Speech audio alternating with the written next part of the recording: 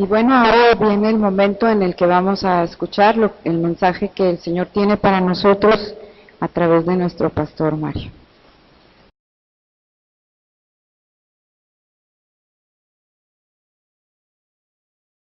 Vamos a orar, hermanos. Señor, te damos gracias, Padre, porque tenemos, Señor, el privilegio de orar todos juntos, unidos, a una misma voz, con un mismo corazón, Señor, con una misma esperanza, Señor, una misma fe que proviene de ti, Señor. Gracias te damos, Señor, porque somos una gran familia, Señor. Rogamos ahora también, Señor, que tú bendigas nuestras vidas a través de tu palabra, que hables a nuestros corazones, que tu palabra verdaderamente en esta hora sea como esa espada de dos filos, que penetra hasta partir el alma del espíritu, las coyunturas y los tuétanos, y discierne los pensamientos y las intenciones de nuestro corazón. Estamos, Señor, abiertos ante tu palabra, Señor, ante tus ojos. Escudriñanos, ve si hay en cada uno de nosotros camino de iniquidad y guíanos por el camino eterno. Te lo pedimos en el nombre de Cristo Jesús. Amén. Septiembre es para nosotros los mexicanos, es lo que conocemos como el mes de la patria, ¿verdad? Somos mexicanos, hermanos, no podemos negarlo y no podemos renegar de ello. Dios nos ha puesto en este país, en esta nación, con un propósito. Y debemos cumplir ese propósito en nuestras vidas. La semana pasada terminamos con una pregunta, si usted la recuerda, acerca de Noé, que Dios fue capaz de cambiar la historia de la humanidad con un hombre, a través de un hombre llamado Noé. Y Dios lo puede hacer el día de hoy. Dios puede cambiar la historia de nuestro país, de nuestra nación, a través de una persona que esté dispuesta a levantar su mano y decirle al Señor: Señor, heme aquí. Aquí estoy, Señor, ¿qué quieres que yo haga?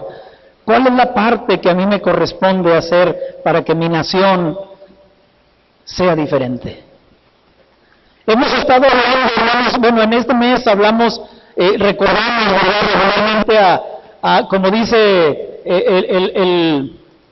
la frase, ¿verdad?, de cada 15 de septiembre, a los héroes que nos dieron patria. Pero también nosotros como cristianos, aparte de mexicanos, hermanos, independientemente de lo cual sea nuestro concepto de esos héroes que nos dieron patria, aparte de eso, nosotros como cristianos también tenemos nuestros héroes, los héroes de la fe. Hemos estado leyendo, si usted se ha dado cuenta, y es de los que tienen el hábito de llegar temprano, hemos estado leyendo al principio del culto un capítulo, no todo el capítulo, pero porciones del capítulo 11 del libro de Hebreos.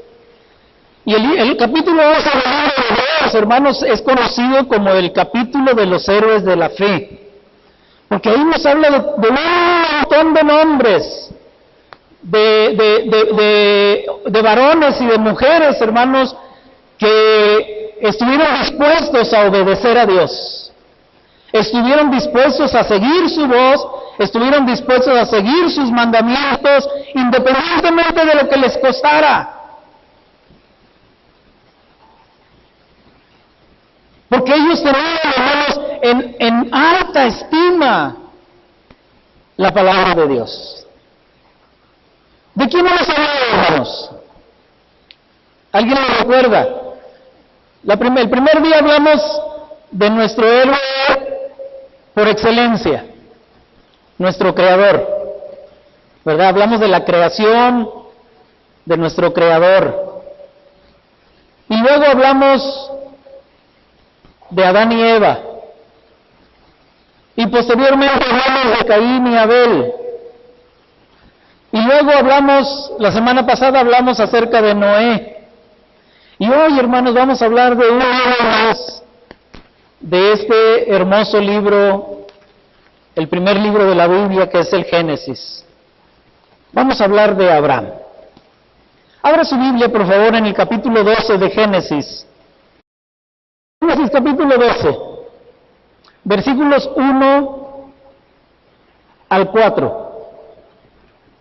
Dice la palabra: pero Jehová había dicho a Abraham: vete de tu tierra y de tu parentela y de la casa de tu padre a la tierra que te mostraré. Y haré de ti una nación grande, y te bendeciré, y engrandeceré tu nombre, y serás bendición. Bendeciré a los que te bendijeren, y a los que te maldijeren maldeciré. Y serán benditas en ti todas las familias de la tierra. Y se fue Abraham, como Jehová le dijo, y Lot fue con él. Y era Abraham de edad de 75 años cuando salió de Harán. Hermanos, Abraham quizá constituye el hombre más reverenciado de la historia de la humanidad.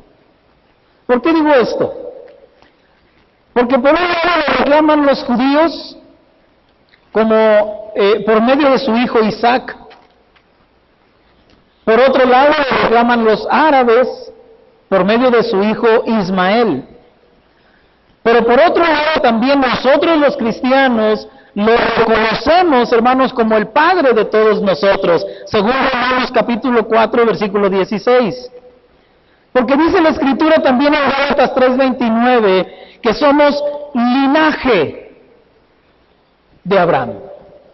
Somos descendientes de Abraham, hermanos, en cuanto a la fe. Quizá no en cuanto a la sangre, pero sí dice la Escritura que en cuanto a la fe somos hijos de Abraham. 3/4 partes de Génesis, hermanos, están dedicadas a Abraham. Fíjese, 3/4 partes de Génesis. Casi la mayoría del libro de Génesis. Pero no solamente a Abraham, sino también a su hijo. ¿Cómo se llamó su hijo? Isaac. Bueno, el que conocemos más, ¿verdad? Tuvo otros hijos, pero Isaac. Su nieto, el nieto más conocido, Jacob, y su bisnieto, José. En lo que resta del capítulo, del libro de Génesis, del capítulo 11 al capítulo 25, hermanos, se refieren completamente a la historia de su vida. Y en lo que resta del Antiguo Testamento se le menciona por nombre más de 40 veces. Y en el Nuevo Testamento se le menciona más de 70 veces. De hecho, hermanos, el Nuevo Testamento, el capítulo 1 de Mateo, versículo 1, comienza, entre otros, con su nombre. Cuando dice Mateo, comienza su libro, el primer libro del Nuevo Testamento, diciendo: libro de la genealogía de Jesucristo, hijo de David, hijo de Abraham. Y es precisamente el cumplimiento de esta escritura, hermanos, cuando habla Mateo del nacimiento, cuando se refiere al nacimiento de Jesús, es el cumplimiento de esta escritura la que nos transporta de ese momento a 2000 años antes, hacia el pasado, cuando Dios llama a Abraham y le hace una promesa, la cual podemos leer en Génesis capítulo 12, versículos del 1 al 3. Pero Jehová había dicho a Abraham: vete de tu tierra y de tu parentela y de la casa de tu padre a la tierra que te mostraré. Y haré de ti una nación grande y te bendeciré y engrandeceré tu nombre y serás bendición. Bendeciré a los que te bendijeren, maldeciré a los que te maldijeren, y serán benditas en ti todas las familias de la tierra. Ese es el llamado y esa es la promesa que Dios le hace a Abraham. Vemos a Abraham, hermanos, primeramente lo encontramos en Ur, en una ciudad llamada Ur de los Caldeos. Una ciudad, hermanos, que era su ciudad en la cual él habitaba, su ciudad natal. Una ciudad ubicada en una región conocida como Mesopotamia, que significa entre dos ríos, o entre los ríos. entre el río Tigris y el río Éufrates. Ahí se encontraba esa región de Mesopotamia, que lo que hoy viene siendo más o menos el sur de Irak. Y curiosamente, hermanos, la ciudad de Ur estaba ubicada donde se cree estuvo ubicado el jardín del Edén. De ahí Dios llama a Abraham.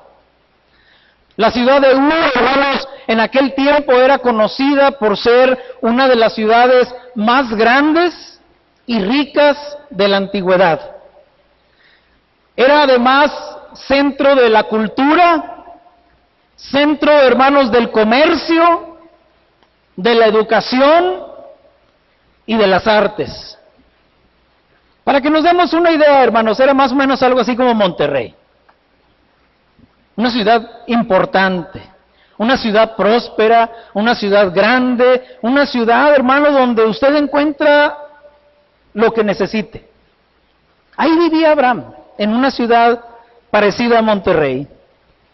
Sin embargo, hermanos, cuando Dios llama a Abraham a los 75 años de edad, como leímos hace un momento, Abraham estuvo dispuesto a dejar todo lo que conocía. Estuvo dispuesto a dejar sus tierras, que él labraba año tras año. Estuvo dispuesto a dejar sus costumbres. Estuvo dispuesto, hermano, a dejar sus comodidades. Estuvo dispuesto a dejar a las personas, a los amigos, a la familia, los lugares que él conocía. Pero sobre todo, hermanos, algo que hace todavía más interesante la obediencia de Abraham, es que en el libro de Hebreos, capítulo 11, versículo 8, dice que Abraham salió sin saber a dónde iba.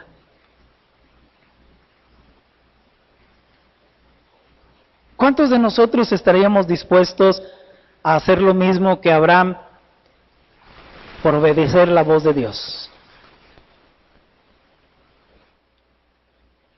Dejarlo todo.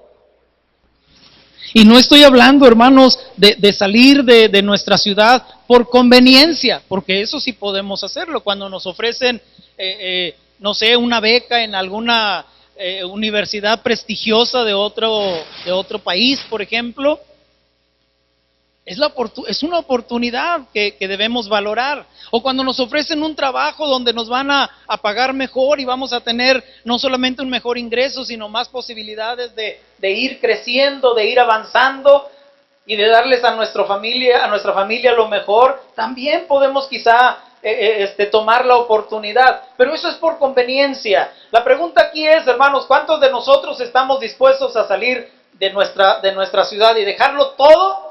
Incluyendo nuestra familia quizá paterna, como Abraham lo dejó, pero no por conveniencia, sino por obediencia a la voz de Dios.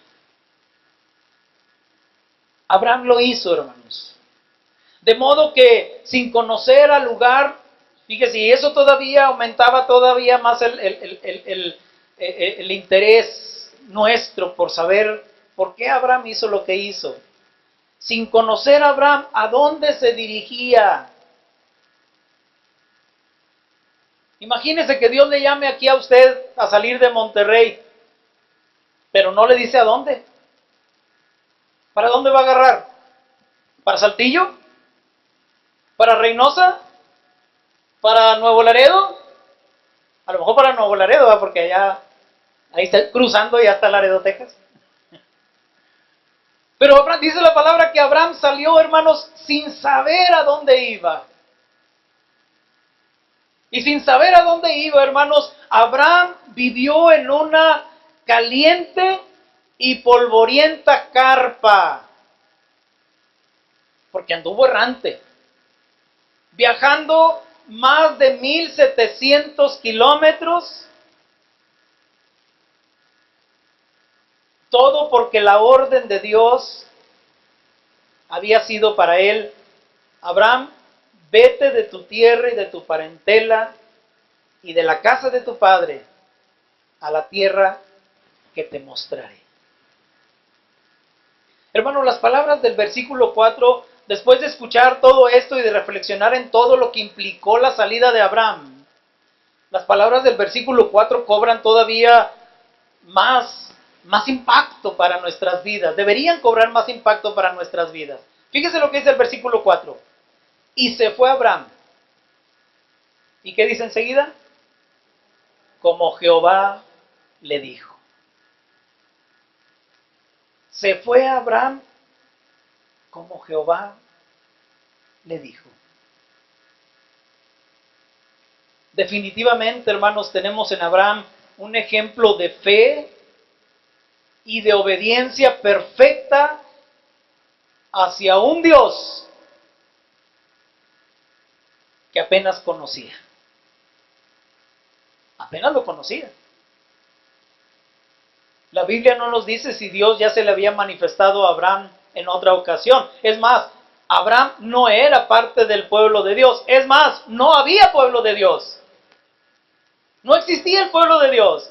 El llamado que Dios le hace a Abraham es precisamente para formar de él, a través de su descendencia, un pueblo. Así que podemos decir que Abraham era un hombre pagano, idólatra, inconverso, a quien Dios un día le habla y le da este mandato, esta indicación, y Abraham, por fe, decide obedecer.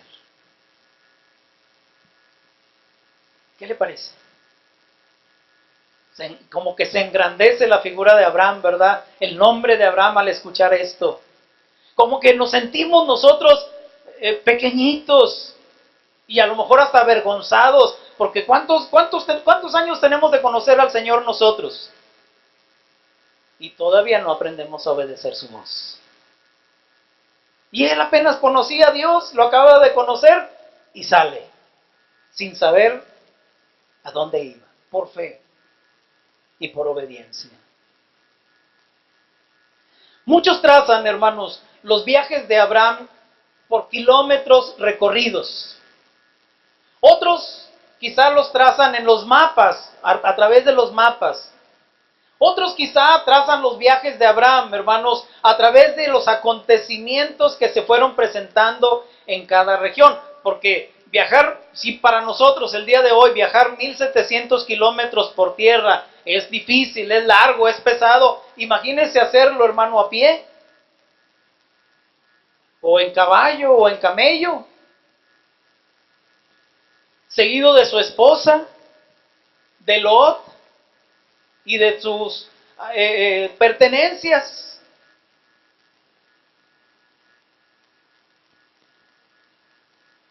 Definitivamente, en cada lugar donde fue deteniéndose, quizá hubo algún acontecimiento en la vida de Abraham, en ese largo recorrido.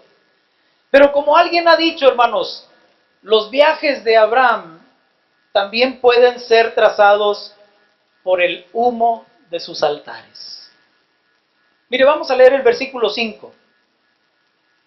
Dice el versículo 5, tomó pues Abraham a Sarai su mujer, y a Lot, hijo de su hermano, y todos sus bienes que habían ganado, y las personas que habían adquirido en Harán, y salieron para ir a tierra de Canaán, y a tierra de Canaán llegaron. Y Abraham pasó por aquella tierra hasta el lugar de Siquem, hasta el encino de More. Y el cananeo estaba entonces en la tierra. Y apareció Jehová a Abraham y le dijo, a tu descendencia daré esta tierra. ¿Y qué hizo Abraham, hermanos? Dice, y edificó allí un altar a Jehová, quien le había aparecido. Luego, si usted va conmigo al versículo 8, dice la palabra, Abraham continúa su viaje después de un tiempo. Dice, luego se pasó de allí a un monte al oriente de Betel y plantó su tienda, teniendo a Betel al occidente y Jai al oriente. ¿Y qué hizo Abraham cuando llegó a Betel? Edificó allí altar a Jehová. De manera, hermanos, que donde quiera que Abraham llegaba, ¿qué era lo que hacía? Plantaba su tienda, se establecía. Él sabía que no iba a estar ahí por mucho tiempo, por eso vivía en una tienda. No edificaba. Pero no, después de plantar su tienda, ¿qué hacía, hermanos? Edificaba un altar a Jehová. Pero en el versículo 8, fíjese que hace algo más. Aparte de edificar un altar a Jehová, dice, e invocó el nombre de Jehová. Esta última frase, hermanos, que viene después de que Abraham edificó un altar a Jehová, de que dice que invocó también el nombre de Jehová, está hablando, hermanos, de no solamente un acto de adoración a Dios, personal, particular, íntimo, sino que también la palabra invocar el nombre de Jehová, hermano, nos está dando a entender que proclamó o testificó con los habitantes de los alrededores acerca del Dios que le había llamado. Hermanos, para Abraham, su vida, su relación con Dios no era algo solamente personal o íntimo, que nadie más podía darse cuenta. No, para Abraham, hermanos, el edificar un altar y que la gente viera el humo del altar y que oliera quizá el sacrificio del animal, le llamaba la atención. Y Abraham aprovechaba, hermanos, cuando la gente se acercaba quizá a preguntarle, Abraham aprovechaba para hablarles de ese Dios que se le había manifestado. Abraham testificaba de Dios. A pesar de su fe tan incipiente, su fe recién nacida, ya Abraham empezaba a testificar acerca de ese Dios. Los altares, hermanos, déjenme, hago una referencia aquí. Los altares eran más que simples lugares de sacrificio y de adoración. Los altares simbolizaban, hermanos, comunión con Dios. Los altares conmemoraban encuentros significativos que Abraham tenía con Dios. ¿Algunos de ustedes, de nosotros, hemos tenido algún encuentro significativo con Dios? Aparte del día en que nos encontramos con Él, o Él se encontró con nosotros y nos permitió por su gracia ser salvos. ¿Hemos tenido otros encuentros con Dios, hermanos? Claro que sí. ¿No ha estado usted enfermo y Dios le ha sanado? ¿No ha estado usted en crisis y Dios le ha levantado? ¿No ha estado, como dice el salmista, en el pozo de la desesperación y clamó a Dios y Dios lo sacó de ese pozo? ¿No ha estado usted en un momento de crisis económica, por ejemplo, y Dios le ha sacado adelante? Cada uno de esos son encuentros que tenemos con Dios, hermanos, y nosotros debemos, al igual que Abraham, levantar un altar para Dios. Yo sé que nosotros ya no sacrificamos animales porque ya no es necesario, pero podemos levantar un altar en nuestro corazón e invocar como lo hacía Abraham, dando testimonio a los demás de lo que Dios ha hecho, de las maravillas que Dios ha hecho en nuestras vidas. Para Abraham, hermanos, construir altares le ayudaba no solamente a recordar lo que al Dios que lo había llamado, al Dios que lo guiaba hasta ese momento, pero también le ayudaba a recordar, hermanos, que en todo tiempo ese Dios era el centro de su vida.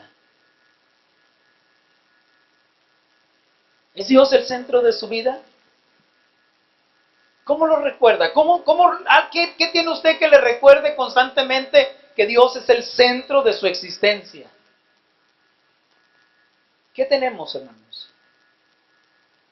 ¿Cómo podríamos nosotros, el día de hoy,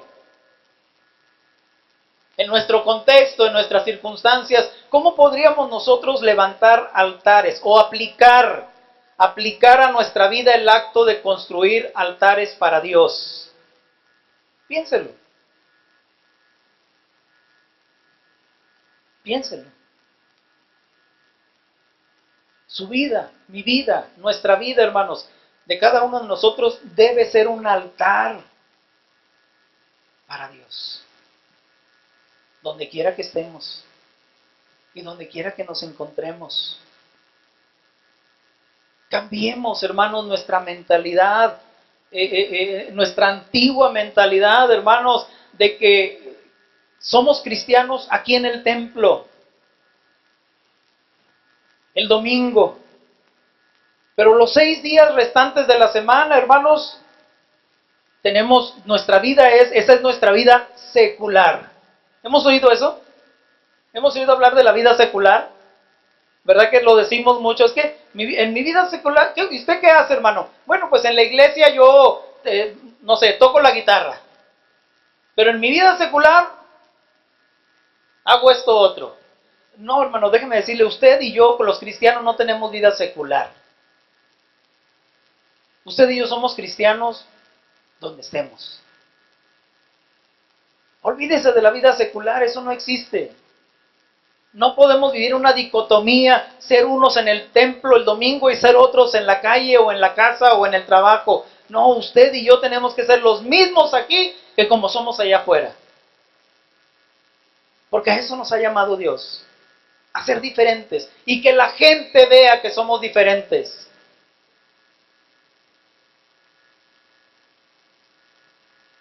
El versículo 10, hermanos, dice, hubo entonces hambre en la tierra y descendió Abraham a Egipto para morar allá, porque era grande el hambre en la tierra. Se presentó este inconveniente. Llegó Abraham a un lugar y el hambre empezó a azotar. La sequía quizá, faltó el alimento, empezó a escasear el alimento y empezó a haber hambre. Abraham tenía bienes, tenía dinero, tenía posesiones, pero no tenía para comprar, pero no había que comprar. De tal manera que dice la palabra, hermanos, ahí en el versículo 10, que lo que hizo Abraham fue descender a Egipto para morar allá. Si usted lo ve posteriormente, lo va siguiendo en un mapa, se va a dar cuenta que donde estaba Abraham, lo que hizo es ir hacia el sur, por eso habla que descendió a Egipto. Algunos creen, hermanos, escuchando todo lo que hemos hablado de Abraham y todas las flores que le hemos echado a Abraham, algunos quizá puedan creer que la salida de Abraham a Egipto para escapar del hambre que había en Canaán manifiesta poca fe de parte de Abraham, ya que no confió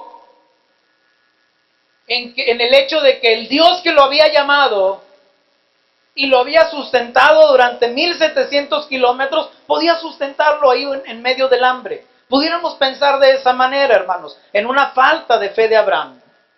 Pero por otro lado, hermano, yo quiero destacarle algo, que Abraham se dirigió al sur y no regresó. Esto es importante. No regresó hacia el lugar de donde Dios le había dicho que saliera. A pesar de que el lugar de donde salió era una ciudad rica, una ciudad próspera, una ciudad donde había abundancia, una ciudad donde no había hambre y donde él podía contar con todo lo que necesitaba. Pero Abraham dijo, no, Dios me llamó a salir de ahí y yo no tengo que regresar allá. Dios nos ha llamado a usted y a mí también a salir del lugar, de la vida donde andábamos antes. Y a veces somos tentados, hermanos. Porque quizá la vida que vivíamos antes la vivíamos mejor que ahora que somos cristianos. Porque suele suceder. Y somos tentados a regresar a nuestro estilo de vida anterior. Es que cuando yo hacía estas movidas, estas tranzas, pues me iba mejor. Ahora que soy cristiano ya no puedo hacerlas. Y estoy en escasez. Y ahí está la tentación de volver nuevamente hacia lo que hacíamos antes. Pero Dios le llamó a usted a salir de ese lugar. a no volver allá. Independientemente del hambre, mejor muévase a otro lugar, pero no vuelva a su vida anterior, porque Dios lo sacó de ese lugar. Sin embargo, hermanos, lo más triste que sucedió en Egipto es que ahí en Egipto se manifestó la imperfección de Abraham, su cobardía y sus temores. La situación fue, hermanos, que su esposa, Sarai, a sus 65 años, era una mujer extremadamente hermosa. Y seguramente al ir a Egipto, atraería a su esposa la atención de Faraón. El versículo 11 nos lo dice, y aconteció que cuando estaba para entrar en Egipto, dijo a Sarai su mujer, he aquí ahora conozco que eres mujer de hermoso aspecto. Abraham, hermano, sabía que con esa hermosura de esposa que tenía, Sarai habría sido una gran adquisición, una adquisición deseable para el harem del faraón. Sin embargo, hermanos, Sarai no podía ser parte del harem de Faraón porque era una mujer casada. A menos que Abraham, su esposo, muriera. Por eso en el versículo número 12 dice, y cuando te vean los egipcios dirán, su mujer es, y me matarán a mí, y a ti te reservarán la vida. Ahora pues, fíjese lo que hace Abraham, al tener ese temor de que lo maten por causa de su esposa. Dice el versículo 13, ahora pues, di que eres mi hermana, para que me vaya bien por causa tuya, y viva mi alma por causa de ti. ¿Qué hizo Abraham, hermanos? ¿Qué estaba haciendo Abraham? Mintió. Estaba mintiendo, no podemos decirlo de otra manera. Es cierto, si usted sigue leyendo más adelante, se va a dar cuenta de que realmente Sarai era su media hermana.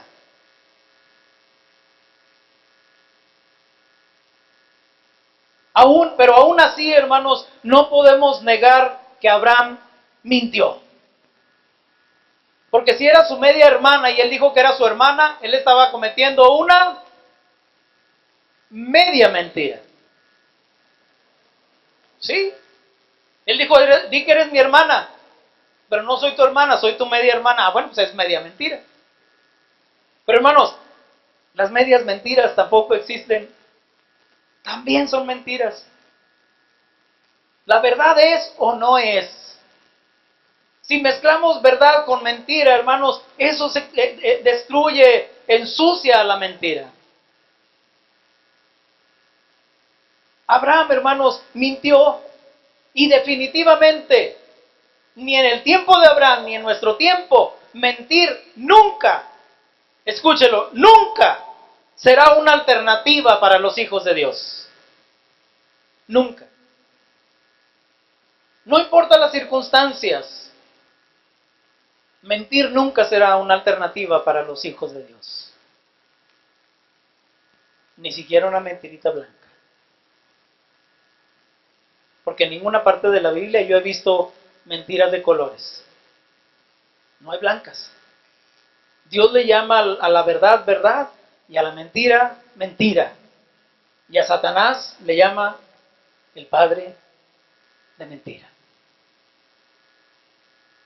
De esta manera, hermanos, vemos a Abraham quizá tropezando en esta mentira.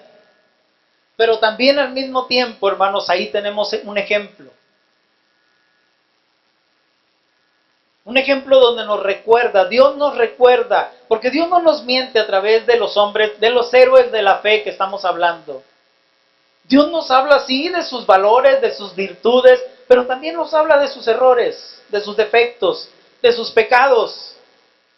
¿Para qué, hermanos? Para que nos demos cuenta que aún los mejores hombres de la Biblia No fueron más que hombres, como usted y como yo, tratando de hacer lo mejor para Dios.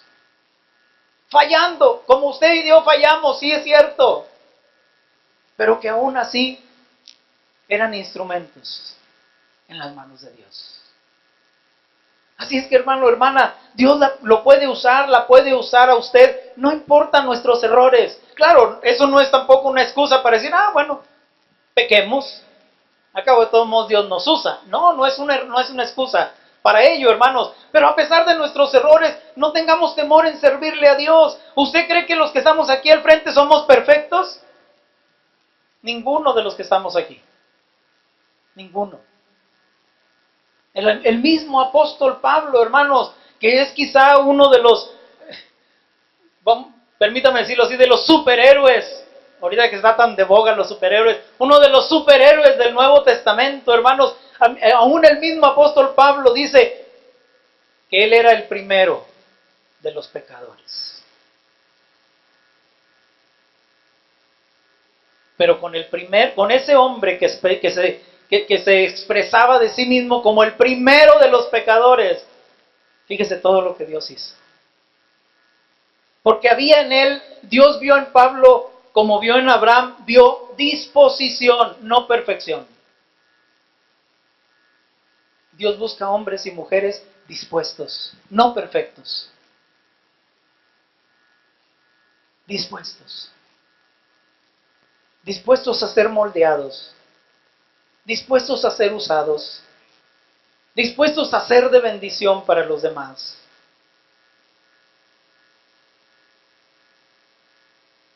Al principio le pregunté, hermano, ¿está listo para escuchar la palabra de Dios?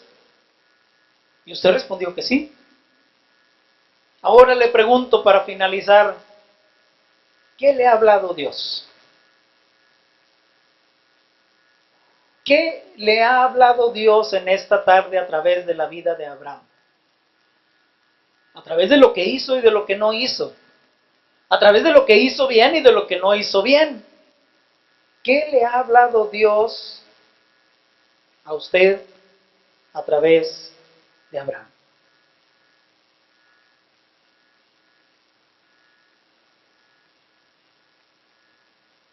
Abraham, hermanos, yo creo que 3 cosas podemos resaltar aquí. La primera de ellas es que Abraham tomó la decisión de obedecer a Dios por fe, de obedecer la palabra de Dios por fe.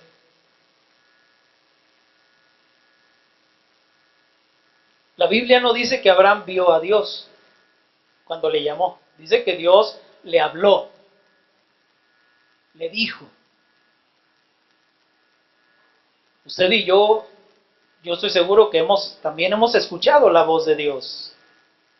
Y la hemos escuchado en esta tarde, estoy seguro. Abraham estuvo dispuesto a obedecer la palabra de Dios, hermanos, pero fíjese, esto es lo interesante. Estuvo dispuesto a obedecerla sin ni siquiera imaginarse hasta dónde su obediencia afectaría la historia de la humanidad. Eso es lo que más impacta, hermanos, que Abraham salió de su tierra. Sí, Dios me llamó pues, a salir, pues yo salgo. Pero ¿sabía Abraham la dimensión de lo que Dios quería hacer con él? ¿Usted cree que Abraham sabría la dimensión de lo que Dios quería hacer con su vida? Yo creo que no. Como igualmente muchos de nosotros, Dios nos puede mandar algo y nosotros no sabemos hasta dónde vamos a impactar.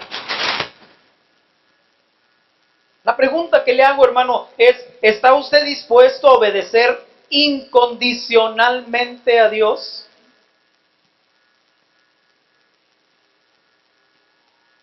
¿Y hasta dónde? ¿Hasta dónde, hermano, afectan sus decisiones, ya sea de obediencia o de desobediencia?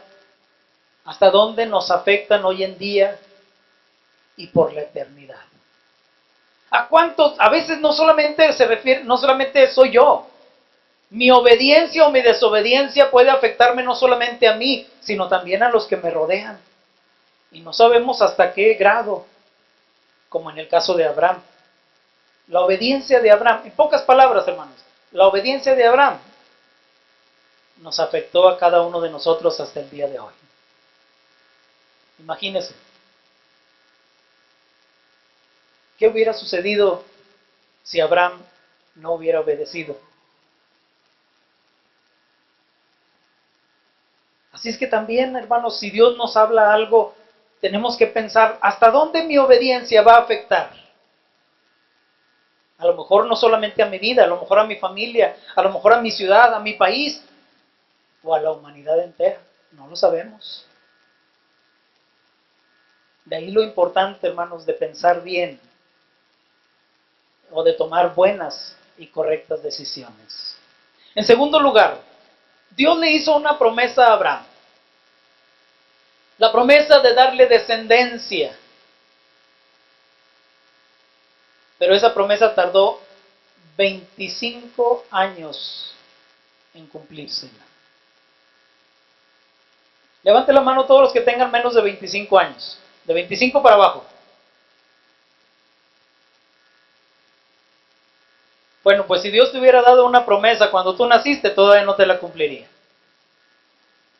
25 años, hermanos, tardó Dios en cumplirle la promesa. ¿Cuántos de nosotros estamos dispuestos a ser pacientes?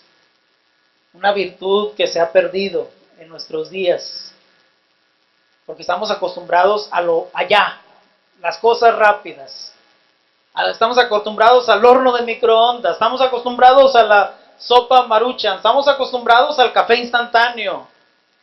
Estamos acostumbrados ya ni siquiera a bajarnos a comprar una comida, sino a pasar por la ventanilla, ¿verdad? Y que ahí nos atiendan rápido.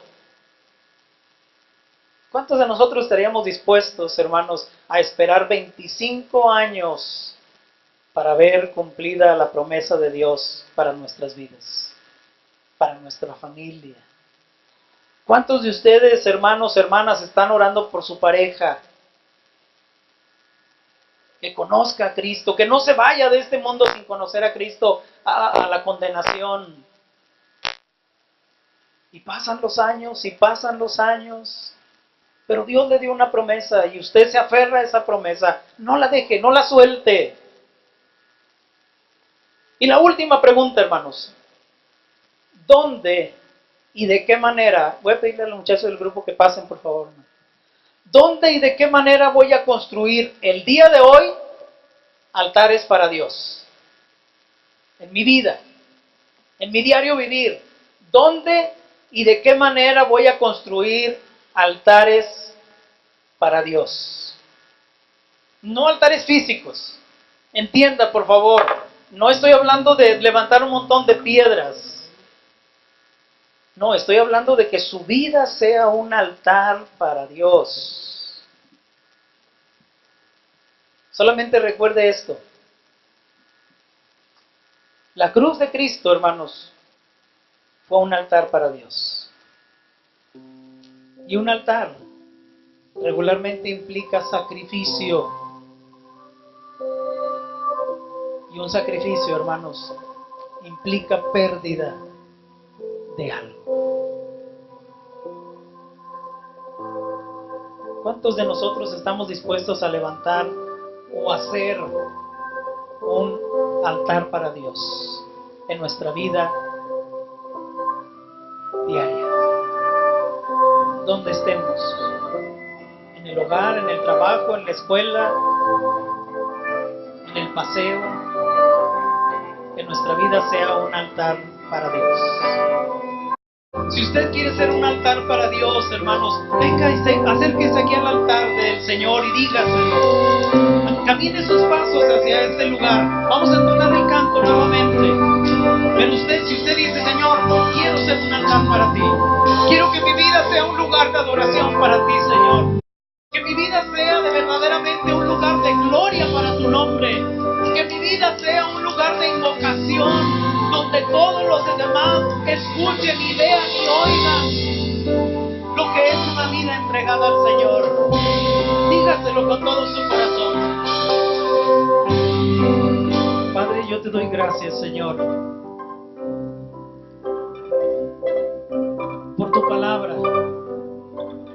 porque tú has hablado a nuestro corazón, Señor, porque tú, Señor, has tocado nuestras vidas, porque tú nos has hecho un llamado, Señor, como lo hiciste a Abraham aquel día.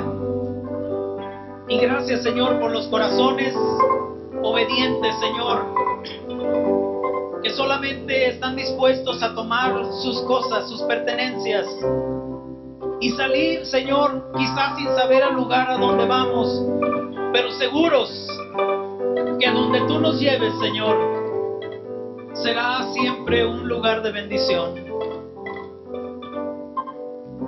Y estaremos satisfechos, Señor, por haber hecho tu voluntad. Bendícenos, Señor, y que esta decisión que hemos tomado el día de hoy, Señor, no sea pasajera, sino que sea una decisión y una convicción, Señor, que nos dure el resto de nuestra vida. Ayúdanos, Espíritu Santo, te lo pedimos en el nombre de Cristo Jesús. Mas en Dios